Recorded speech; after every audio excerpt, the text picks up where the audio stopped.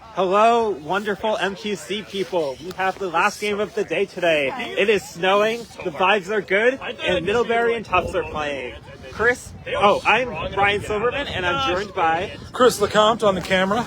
And what are your thoughts for this game, Chris? So last game of the day, Middlebury is looking to, they got a long drive home after this game, and it is already snowing, but Middlebury's from Vermont. That means they've got the advantage when it's snowing. They're used to cold weather. Tufts, on the other hand, we are currently at Tufts University, so they have the home field advantage. Yes, I do not envy Middlebury having to drive home in the snow if it heats up like this. I think today neither team has a win. So on the right side, Middlebury's home is northwest of here, which is probably where this is coming from. So the storm will have already gone by. They'll speed it up by driving into it, you know? Both teams are going to look to take home a win in this game today. Tufts just came off from losing to Brown. Both teams are very short roster, so this is really going to be a battle of energy this game. Yeah. What are their records so far today? Let's see. We've got, so Tufts just dropped one to Brown, right? That was what, 200 to 70 or so? Yeah, about there. Okay. Let's see. Middlebury dropped one to BU a little over an hour ago. Right, that was also pretty blowout, right? BU got really hard away in that one. And how are their other games of the day? I believe that Tufts lost their game earlier to BU, so both teams have lost to BU and Brown at this point. All right, so it's really just down here. We're gonna see how these teams come out here. Middlebury's coming off of rest. Tufts is coming off of a game, right? They just played. So, maybe it's the being warm, right, is the advantage. You're already moving, or maybe it's the rest. These are these age-old sports questions. I will say I favor Middlebury for this game. We saw last game that Tufts was very vulnerable to fast breaks, and I think Middlebury has a lot of players who could do the same thing that Brown did that game. Yeah, I mean, Middlebury does have the ability to create fast breaks, but I didn't see those against BU. I didn't see a lot of fast breaks coming out of Middlebury. But again, that was the BU beaters back then were just outmatching the Middlebury beaters. So it could come down to that beater game. Can the beaters create fast break opportunities that we haven't seen yet today? Yeah, I mean, I don't know a lot about Middlebury beaters, but I don't think Tufts' beater line is relatively new. So right, they are still learning, right? So they might fall victim to some of those classic traps you've seen before. You see all the time with new beaters and new players. Whereas I know for a fact Middlebury's beater core is fairly experienced. They've got some years under their belt. They got some games already. Yeah, and it looks like they're going to be starting off with dodgeball control too, so that's another point in their favor. Well, at least they're going to run for the dodgeballs. It is possible that Tufts could pull a Harvard and go for the other dodgeball, right? Slow down that other team, right? They could be going for slowing down that other team, right? Yeah, you not heard of Harvard? Yeah. Third best school on the red line. Looks like we're having Pickering and Rahman start off beating for Tufts again. Cole, Cottrell, Brueggemann, and Morrow on the chasing line. For Middlebury, I cannot see numbers, so looks like we have number 14 beating. That's going to be Hansen. Well, pretty much the whole Middlebury line starting. They've got 8 players. That is true. That's true. There's not a lot. Yeah. It'd be easier for us to tell you who isn't on the field. There's only 2 of those people. It looks like Nevins and Sadler are not on the field. So that would mean Farner, Hansen, Siegel, Petty, Blue, and Mackey are on the field. That's exactly who's starting for Middlebury. Head referee Toby March is getting ready to start us off. We've got lead assistant referee Radley Smith, and then a referee crew supplied by Brown University. On the score table, we've got Mama G and Carson Olazaba, 2 absolutely fantastic score and timekeepers. Teams have confirmed they're ready.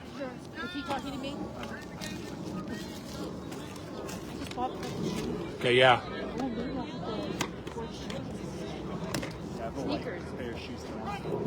Toby keeping us in suspense. And here's brooms up as the teams come to the middle. Tufts not going for a fast break. No fast break on the brooms up. They don't think they can outrun the beaters, on the Middlebury beaters. Bringing it up very slow. Passes it to Waldman on the near side. Waldman looking for a shot, passes it to Brueggemann, who's really close to the sideline. Brueggemann looking to go to the middle, goes for a shot, but Middlebury beaters are going to guard that, and that's going to be Middlebury's ball. Yeah, that pass wasn't strong enough to get over that defense to the chaser behind, so that just fell right into traffic, right into Middlebury's hands. Looks like Middlebury keeper number 12, Wu, has the ball, guarded by number 14, Hansen. Wu's looking to make some moves, goes for a shot, doesn't go in, but is picked up by a Middlebury chaser behind. Now a Middlebury chaser on the far side has it. That chaser is looking. She's wide open, Goes for the drops shot, it in. and that's where it going. That's a great shot by Middlebury.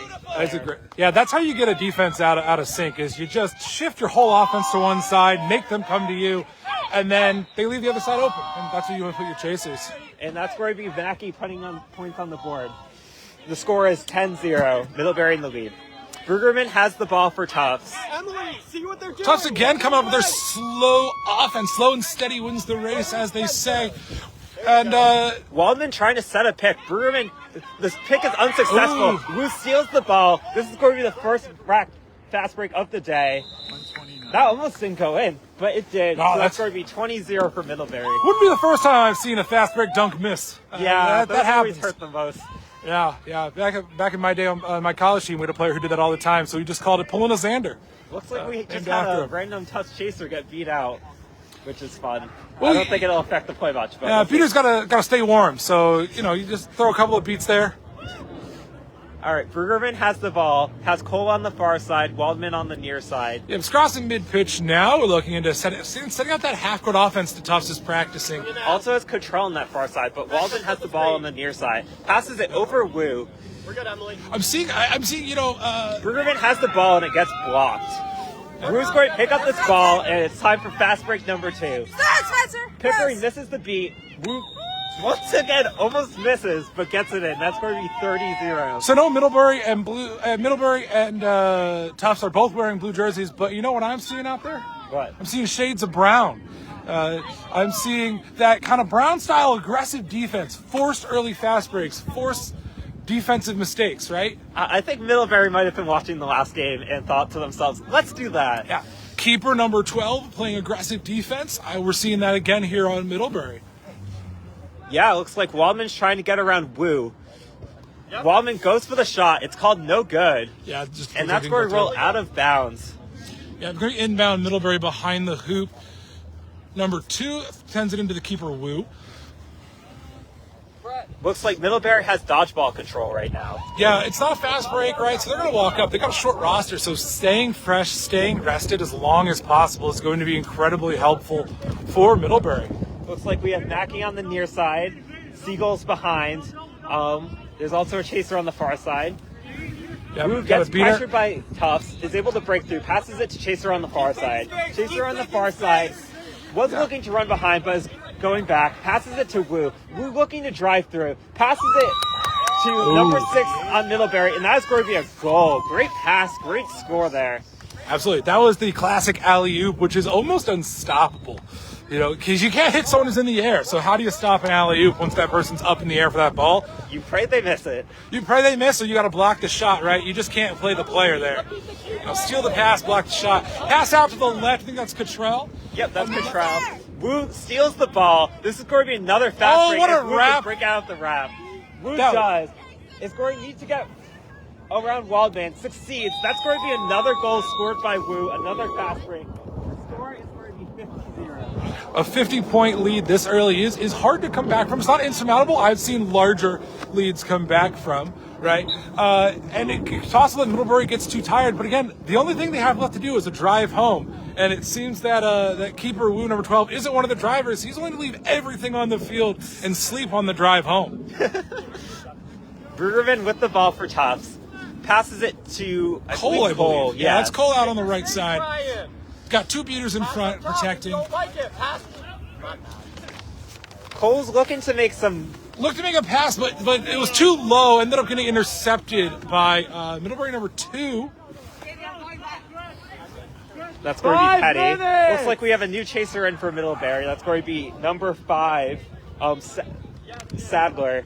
Wu with the ball up top. If I had a bet, I think Wu's going to look to drive here. Yep, that's no with the dish.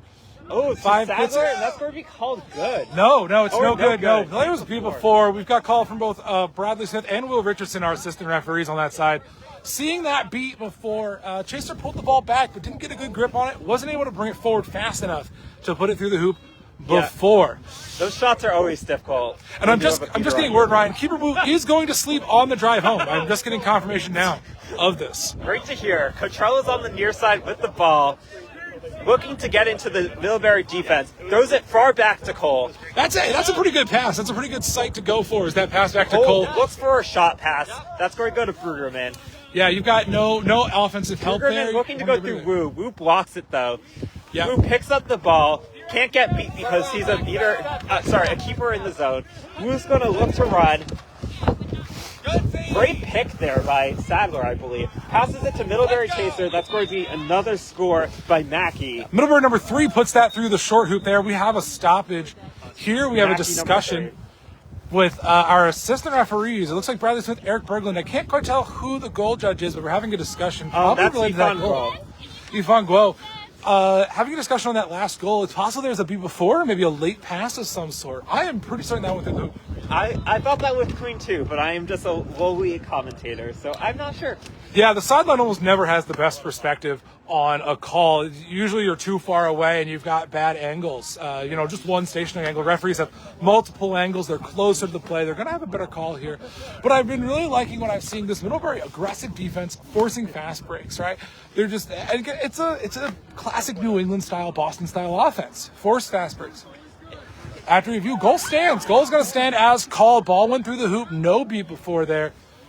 You'd think with 8 players that Middlebury would be the tired team, but it looks like Tufts is the tired team out there right now.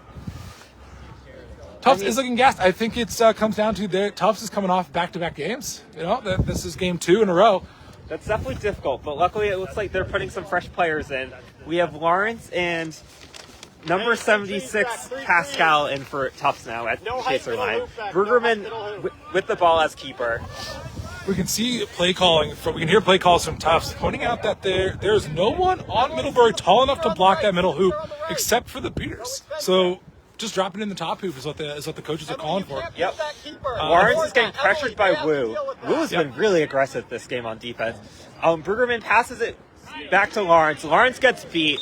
Wu tries to go for the fast break, but there's a little bit of a kerfuffle. No, it's a late throw by 20. Lawrence on Tufts rolled that to Beck. Brueggemann and thought he could get away with it, did not get away with it. I bet you Wu's going to try to go for a fast break here, even though Brueggemann... Wu is taking it slow, not giving into... Might go back into the keeper zone. Is keeper going to go back into the keeper zone? Pascal's trying to get that ball from Wu, but it didn't work. Pascal's still trying. What? Was it not? How are you going to let him get halfway? Okay, call is that the keeper stepped into the keeper zone, stepped on the keeper zone line. I'm a little surprised because well, I would have thought it would have been called earlier, but well, we're on a coned field. It's hard for the officials to see, and that center cone gets kicked around. So you can see Toby March called it on the side cones, which are still correct. Right, saying step behind it. It just took a while to process, see all that.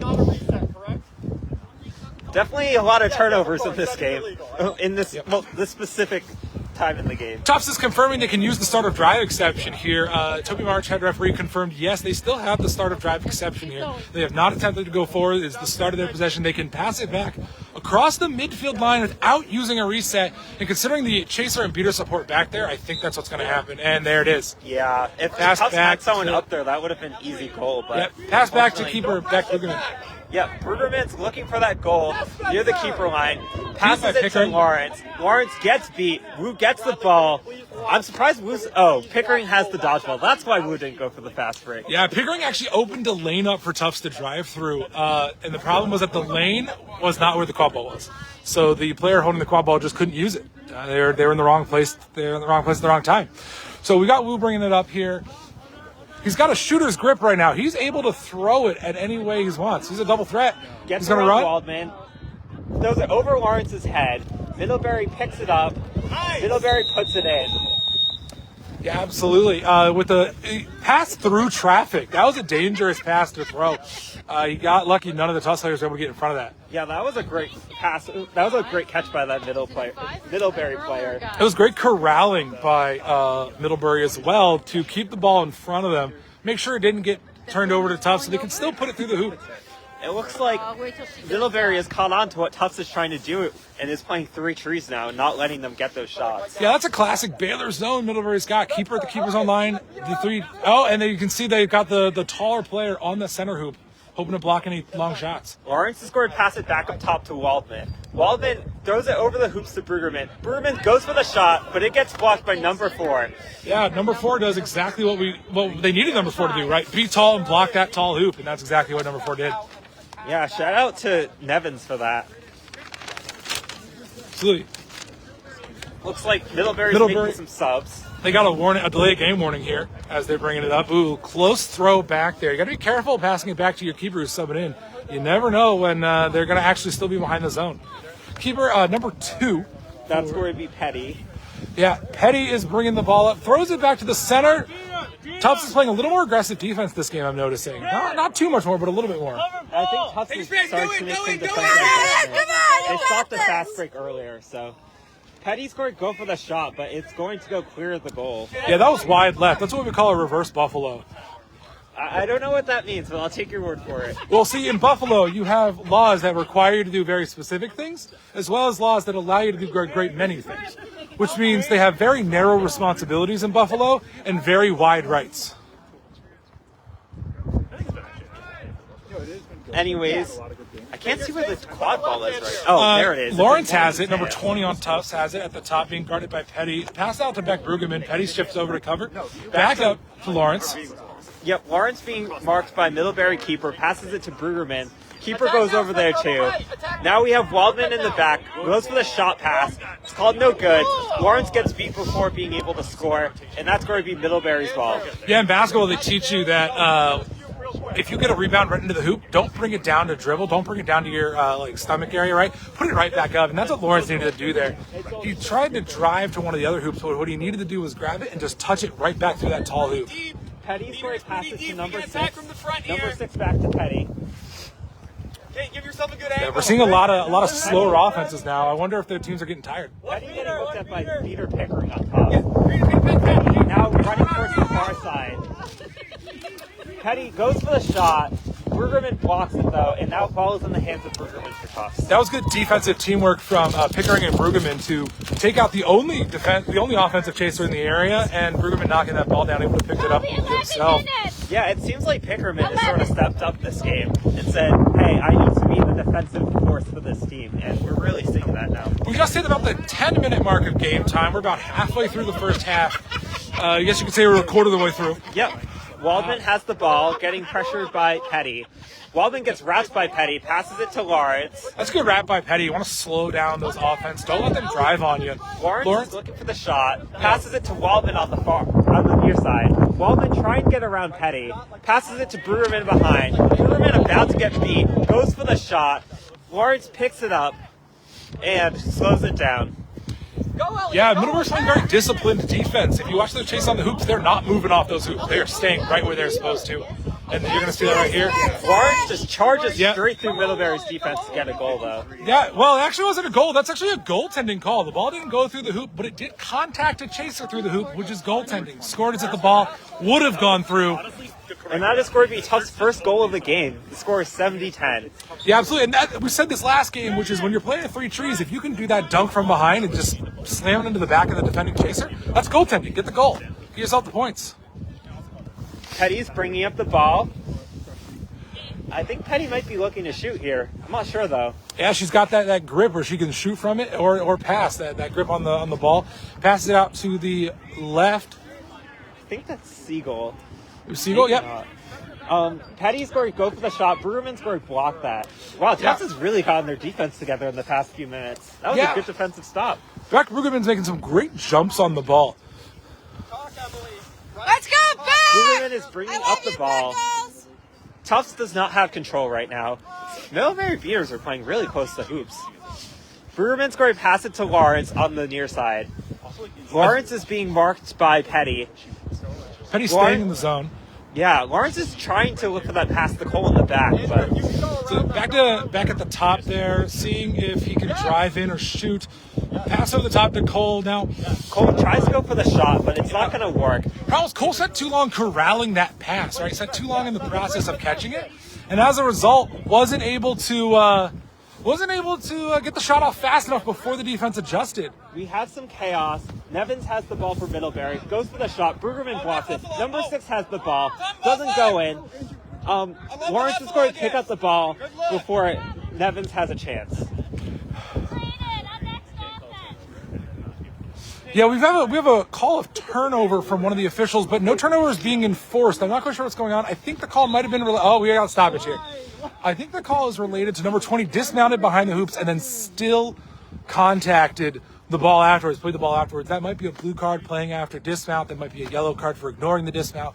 We're not quite sure. We're going to see what the referees come back with here after their discussion. We've got assistant referee Bradley Smith, head referee Toby March in that discussion, trying to figure out what exactly happened and what level of effect that had on the game. I don't know about you, Ryan. I thought that had a pretty big impact. There was a Middlebury chaser who could have picked that ball up. Yeah, I agree. Looks like... Yeah, there it is. Hard. Yeah, there it is. Andrew, come here. Yeah. In the box. Come here. So that's going to be Lawrence in the box for Tufts after that call. Now this is going to be a turnover to the closest eligible player. Now, a fun little trick here though. If you're pretty sure a turnover is about to happen, run to your opponent's hoops. Go stand there and get the ball there, right? I've never thought of that before, but that makes sense. Every one of Middlebury's players came back, but if they had a player down there, they would have gotten the ball right. The hoops could have dunked it. But alas, they're gonna play a whole half-court offense.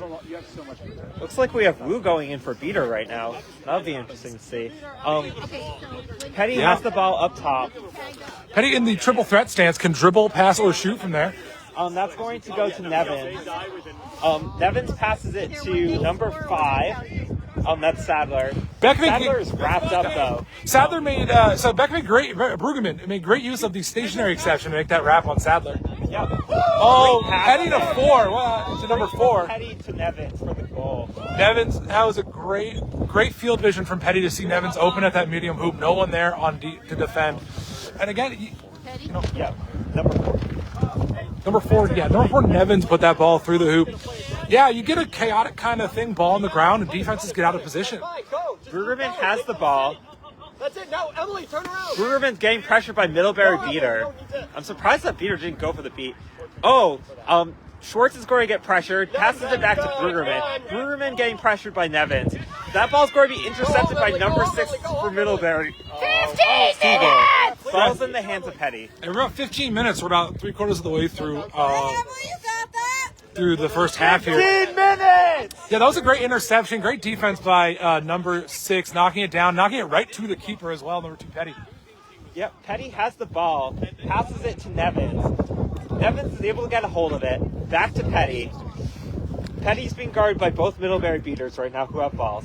Pass to number 3. Number 3 is going to try to pass it to Siegel, but Brueggemann's going to get the ball from Siegel. Yeah, that's a good fight by Brueggemann to get out that as the keeper, right? He's safe in the zone. Got to fight for the ball there.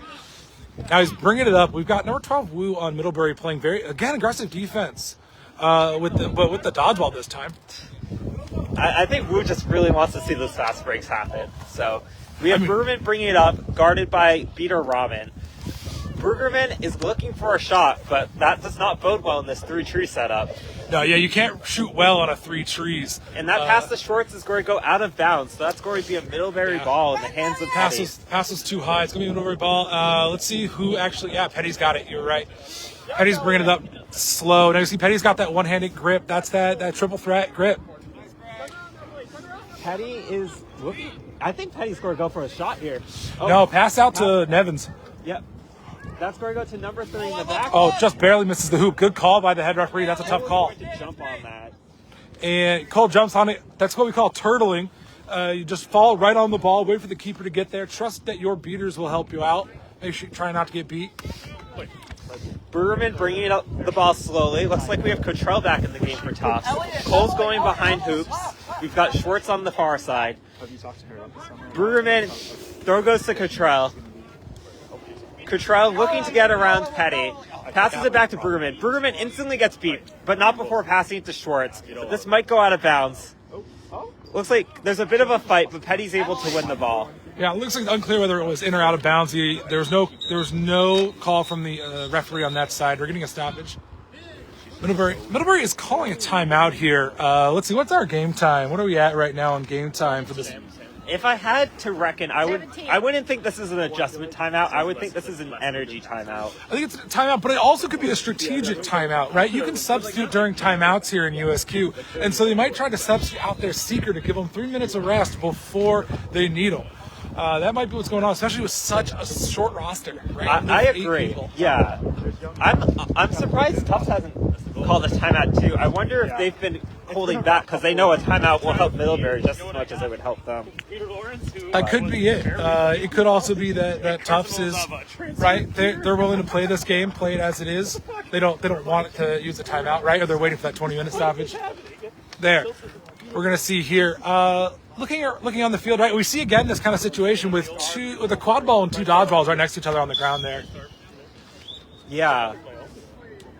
We could get, again, kind of an escort, right? Where you get the 2 beaters coming down with you, just taking everybody out, and then you just get in there, either drop a shot or dunk it. We'll see if Middlebury takes that approach here.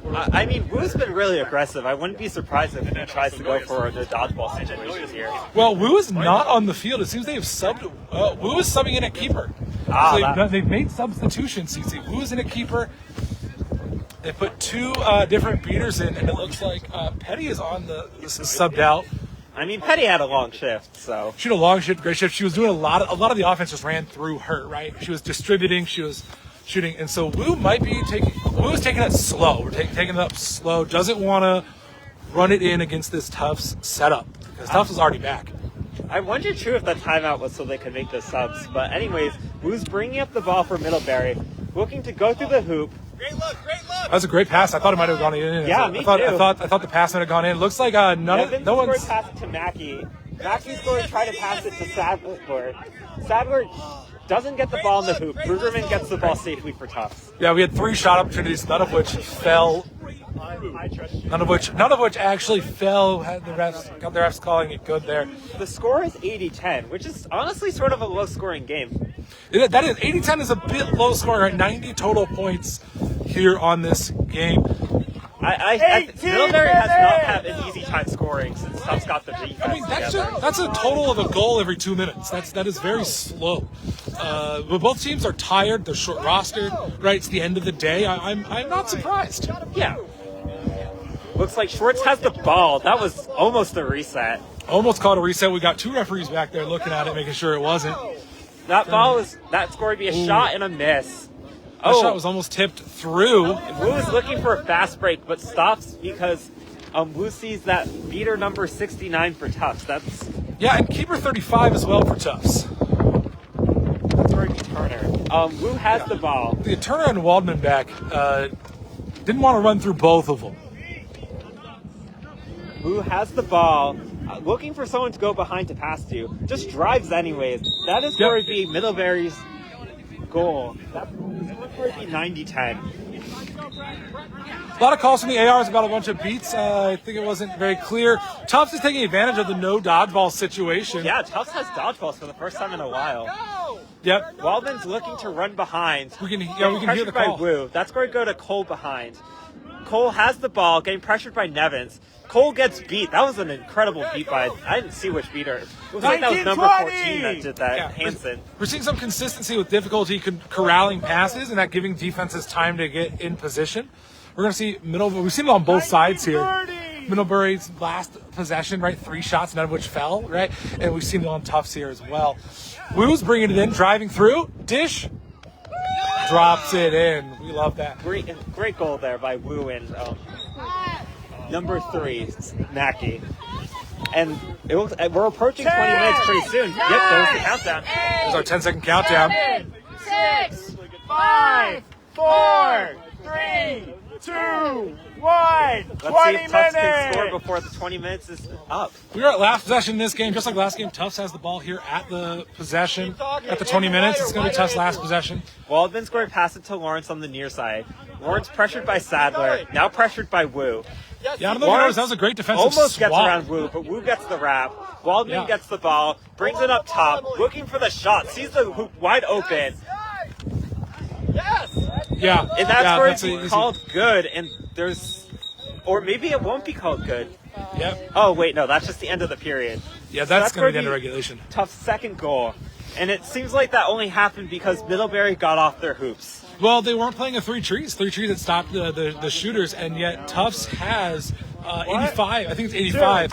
Waldman, the current keeper, who can in fact drop shots in. Right? You've got Lawrence who can drive. You've got Waldman who can shoot. Right. You've got Cottrell and Cole who are great wing chasers. Right. They're great reliable options to give that ball to, force the defense to shift towards them, force the defense to cover them. And while that goes on, right, you can get other people in, get them right up next to those hoops with no one there to guard them. Drop the shots, get the defense out of position. So we go into this 20 minutes with the score being 120, Middlebury in the lead. Set score is going to be 160. Our flag runner is going to be Harry Greenhouse. It's very likely we won't see a catch this game, but who knows? We didn't see a catch last game from Tufts against Harry Greenhouse, so I don't know Middlebury's seekers very well. Nevins, it looks like, is going in to seek. I don't know if we're going to see a catch this game really much. I mean, we can see Harry Greenhouse on the other side getting ready, getting warmed up. Will Richardson's our seeker referee on the far side. It's gonna be tough trying to get any catch in against Harry Greenhouse. Yeah, especially since both teams are very tired. So I don't think there's going to be a lot of effort put into this flag running game. Yeah, I think Beaters. It's likely Beaters might stay in the quad ball game. Middlebury thinks they can probably just keep running it up, right? Tufts needs to stop goals, right? So we're gonna keep those Beaters back, keep them in the quad ball game.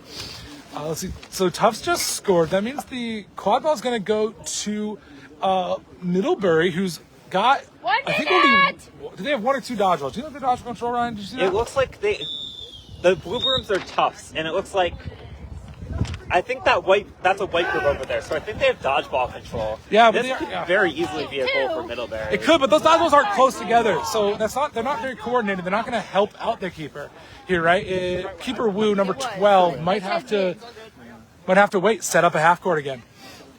Let's see, we've got Brueggemann and Nevins in to seek. Both very good. Both could take it against Harry. They're longer than Harry is, so they could outreach Harry. We're going to see if they do, though. Yeah, I would say this is going to be a goal. I have a feeling Turner's going to get beat out as soon as play starts, and Wu's just going to run with it. I'm getting word just now, Ryan, that it is apparently Tom time. That's what I'm getting. I'm getting word just now from our field correspondent. 10, 9. Oh, Turner's 8, going to make the smart 7, decision to 6, throw it back, but there's no beater there. So Wu's being marked by Lawrence and can't make it. That's going to go back to Petty. That's going to be a reset. Wow, great job by those tough chasers. Yeah, that might not be a reset. I think that might have been deflected back across the line. I didn't quite catch the whole play there, and I didn't see a call from the referees saying that that's a reset used. Let's see, Petty giving the pump fake and the juke to Walden, putting him out of way. Cole playing very aggressive defense. You got to play aggressive defense. That was a great pass. Guys, great beat. Oh, it's called no good. Wait, or it's called good, I guess? No, there was a player behind who picked it up and put it through. Yeah, that was Mackey, number 3. Yeah, so the first player got beat as they were trying to dump it through, and then you got to play to the whistle. So the Middlebury Tracer picks it up, puts it right through. Tufts didn't fall on it fast enough. That's a great situation where you want to turtle, right? Fall on that ball and just don't let anyone else pick it up. Stay flat on top of it. Looks like we have Waldman going up with the ball. Those hoops are wide open for Waldman. I think Waldman wants the shot here.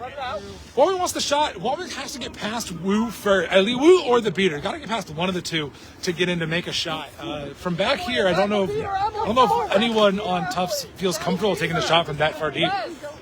Looks like we have Waldman running behind with the ball. This should be a goal, but the ball misses. Lawrence is going to pick up the ball. Attack the beater again, Emily. Attack the beater Lawrence is again. being marked by Wu, though. Cole has the ball Dodgers are on the ground. Now go get Cole's being marked by Petty. That's going to go to Waldman. There are no Waldman goes dodgeballs. for the shot. Shot is high. That's going to go over the line. Oh, or maybe Yeah, it's went over the line. It's going to be a reset use. that beater might have been able to save that. But who Yeah. knows? Yeah, But- beaters can use their dodgeballs when they throw them. They can keep the quad ball on the side you want it to be on. 22-16.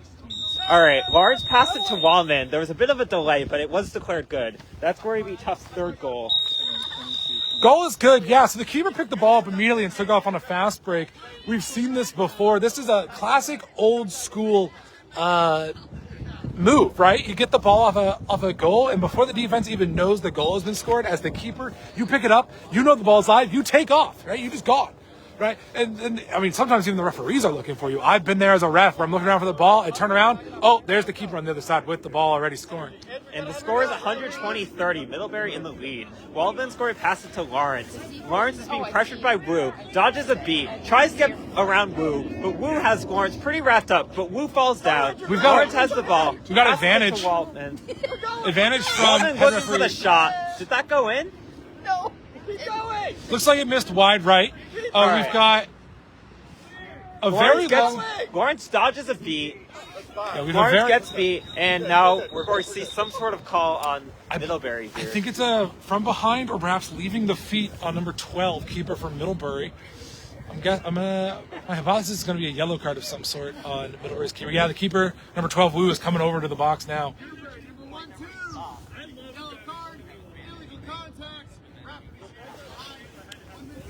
Yeah, that's what we thought. It's from behind by 12. As Lawrence was trying to get around him, just got the extra step, and once you get that step, it's over, right? You're getting the yellow card. You're going to be spending a minute in the box. Where is he? Number 12 is getting a chaser headband and then coming over to the penalty box slowly but surely. Now, this was an advantage. We saw the advantage marker get thrown by head referee Toby March. We saw it come out, which means the fouled player, number 20, is going to come back to the spot and get the ball. That's what we're seeing right there, repositioning. There's no way this isn't the goal here. 20's got a drive, crash, put it through. There we go. There we go. There we go. Lawrence is scoring. 12 is back in, off broom, tagging up at the middle hoop. Scores 120-40. Keeper Petty is bringing the ball up here. The Seekers are still unable to get past Harry Greenhouse. Harry Greenhouse choosing not to wrestle, choosing to dodge mostly. It looks like Middlebury Beer is trying to open up a lane. Passes it to Wu. That's going to go back to Petty. Petty looks for the pass behind, but number 3, Mackey, is going to drop her broom. Yeah, again, it's that corralling passes quickly. If you can't bring it in fast, you can't do anything with it quick, it gives defenses time to get to you. Waldman's bringing the ball up. Number 85 for Tufts keeper, bringing the ball up. Yep. Waldman has Cole behind. Emily, engage. Cole's But wide. gets beat. Waldman gets beat from behind. Wu's going to pick that up. It's going fast break. That is going to definitely be interference by out player by Tufts, even though it was a goal. Yeah, we might get the classic penalty time negated by the goal, but the goal is good call. We're going to see here, it'd be on number 85 on Tufts. That was a pretty blatant violation, in my opinion. But I mean, yeah, it is the obligation of a beat player, a player off room, to get out of the way of a play. Sometimes you have to look over your shoulder and make sure you get out of the way. It is your responsibility as a player off room to get out of the way.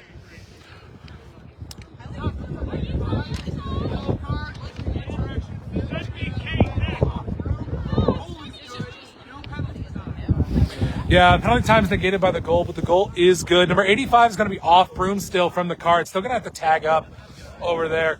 After the goal, the call ball would go to the keeper. However, the keeper's off broom. So what we do when the only eligible player to get the ball is off broom, Ryan, what we do is we put it at the tall hoop. We put it right at the base of the tall hoop. Sometimes I'll hold it there for the player, just a nice little convenience for him. But we put it at the base of the tall hoop. You can see that's what Toby March is doing right there. gotcha.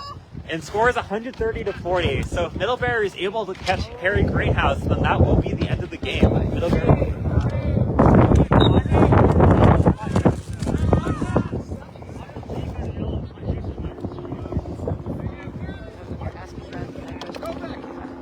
Number 12, Wu, distracted for a second by a discussion with the referee. Lawrence looks to get around the defense. Passes it to Waldman. Waldman looking for the shot. Shot's going to miss. Cole has the ball, looking for the shot part 2. That shot is declared good. Yeah, what's funny there is that there was a beat going for Cole. It had Cole's name on it and hit a Middlebury defender instead. So that's going to be 130 to 50. We've got Petty at the top being defended by Cole. Pass it over to Wu, number 12. Wu's hanging out on this near side. Has Lawrence to get through. Lawrence playing aggressive defense out there. Now, as 12 slides out to the side, this is where you want to hit because 12 can't shoot from there. Lawrence was getting pressured by Turner, so ran away. Lawrence is now getting pressured by Waldman. Waldman gets beat out. Wu's going to pass it. Oh, with a block by the keeper, 85. Thinking they could get that goaltending. 13, Cole intercepting the shot from behind. 6, Middlebury making a wrap on Cole, preventing the fast break. Insane defense. I thought that was a goal, but then you said it was the keeper, and I was like, okay, that's a good block then. Yeah, I saw that hand through the hoop. I'm looking for the goaltending, but there wasn't. That was the keeper stopping that from going through. But it was the classic play Middlebury running all day, right? Yeah. And Tufts figured it out. It's sort of wild to see keepers do that these days, because most keepers play up top for these teams. So. And that's one of the things you lose putting your keeper up top is that they can't protect the hoops with a goaltending action. Waldman dodges a beat. Waldman gets beat. Wu is wrapped up by Lawrence. Lawrence picks up the ball, puts it in the goal. Looks like there's some confusion on the field, though. There is confusion. What's 2608? 2608 is the goal if it happens. I think that goal is fine. But no, I don't know if the ball was put through the hoop. We're going to find out here shortly. There's discussion. Tufts coach Nick Jablonski out there saying something to the officials. No, that's always risky, Ryan, is talking to the officials. They might just put you in the box. And that is goal goal for Tufts. 130 to 60. Tufts has slowly been building up points in this snitch on pitch. Well, that was a smart play by Lawrence, number 20, Ryan, playing to the whistle, right? No whistle, kept going. It was a good play and got a goal out of it. Oh, definitely, yeah. Petty keeper bringing up the ball. Wu on the right. Looks like we have Mackey on that far side. Petty's going going to go for the near side, marked by Waldman. Petty fakes the shot. Waldman out of the keeper zone, playing full point chasing. To Mackey. Mackey gets beat. That's going to be in Tufts' hands. Great defensive stop by Tufts there. Yeah, that was good, solid defense. That's exactly what you want to see. I don't know about you, but I feel like Tufts has gained there's been an energy spurt. They're starting to come alive. We're seeing really good defensive stops by them. Good defensive stops, good energy, but I'm also thinking Waldman just drove through the Middlebury team. A lot of it comes down to decision making, Ryan, right? It comes down to making the right decisions on defense, and I'm seeing them making those good decisions on offense as well. Yeah, that's going to bring our score to 130-70. Wu has the ball. Yeah, tried to hide it behind his back. Now that only works if the team isn't even looking at you already. All eyes are on Wu though. Wu gets it on that top hoop. Score is 140-70 now. Middlebury only needing 2 more or that flag catch. Yeah, Tufts is down 7 with 2 to go, and that's a tough position to be in, right? A catch would still hold them down 4 with 2 to go. Being down 4 with 2 to go is nothing to sneeze at. That is easily surmountable. They really, really would want to catch. Beck, however, being kept away from our flag runner, Harry Greenhouse, by the beaters.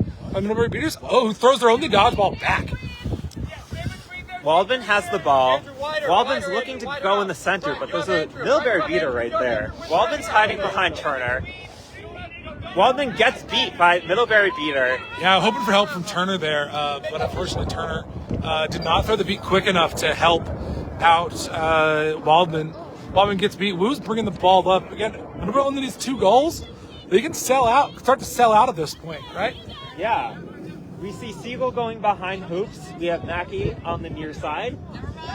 That's going to go to Petty, who's going towards the far side, trying to make it behind hoops. That's going to go to Siegel in behind. Siegel and Cottrell back there. Cottrell looking for the tackle, looking for the wrap. No wrap made. Intercepts that pass, and that is going. But I think it was out of bounds. Yeah, cone boundary on the far side. It's hard. You lose track of it when it's cone field. Petty's going to run behind, passes it to Wu. Wu's going to go for the shot, gets tackled, and gets beat at. Yeah, we're getting a quick card and call here from head referee Toby March.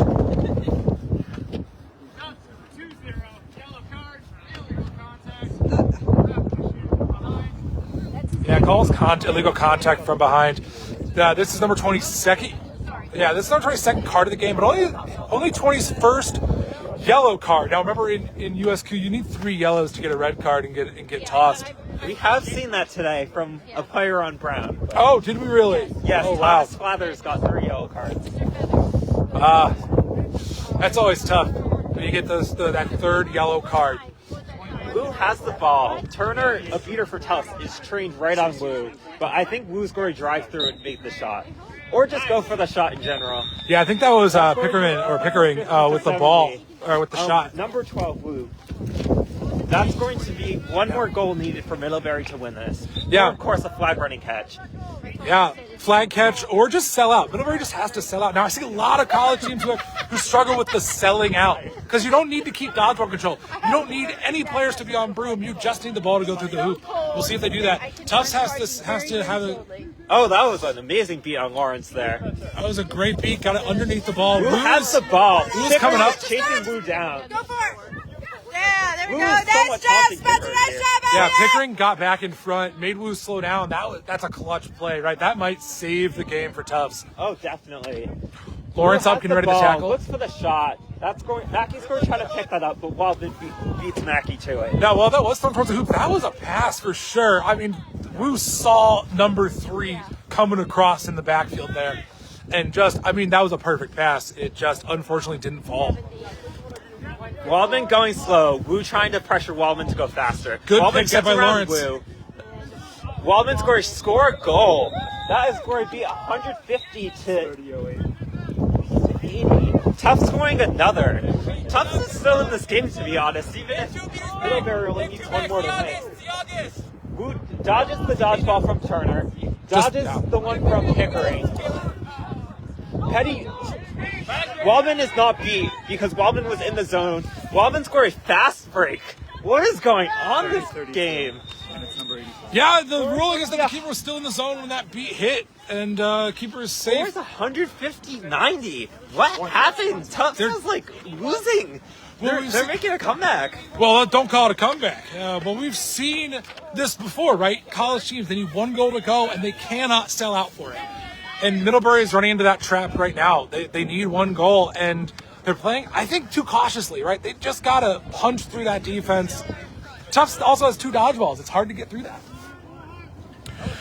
Who has the ball? Who's directing the offense, pointing where he wants Pete's to go, where he wants players to go. That ball right through the hoop. That's going to be the final goal. End the game. No fouls coming in from the other officials. Toby March signals the end of the game. Excellent, excellent game. Middlebury figuring it out there at the end, getting that last goal. Tufts figuring out their defense in the last second, figuring out their offense. Excellent. Ryan, it's been great to be here with you. I am glad I was allowed to join you on the commentary. You too. I can't say I'm too upset about the game ending, though. It is pretty cold here. Thanks for watching, everyone. Thanks for watching. Ryan Silverman and Chris LeCompte on the commentary. Have a fantastic rest of your day, and we'll see you next time.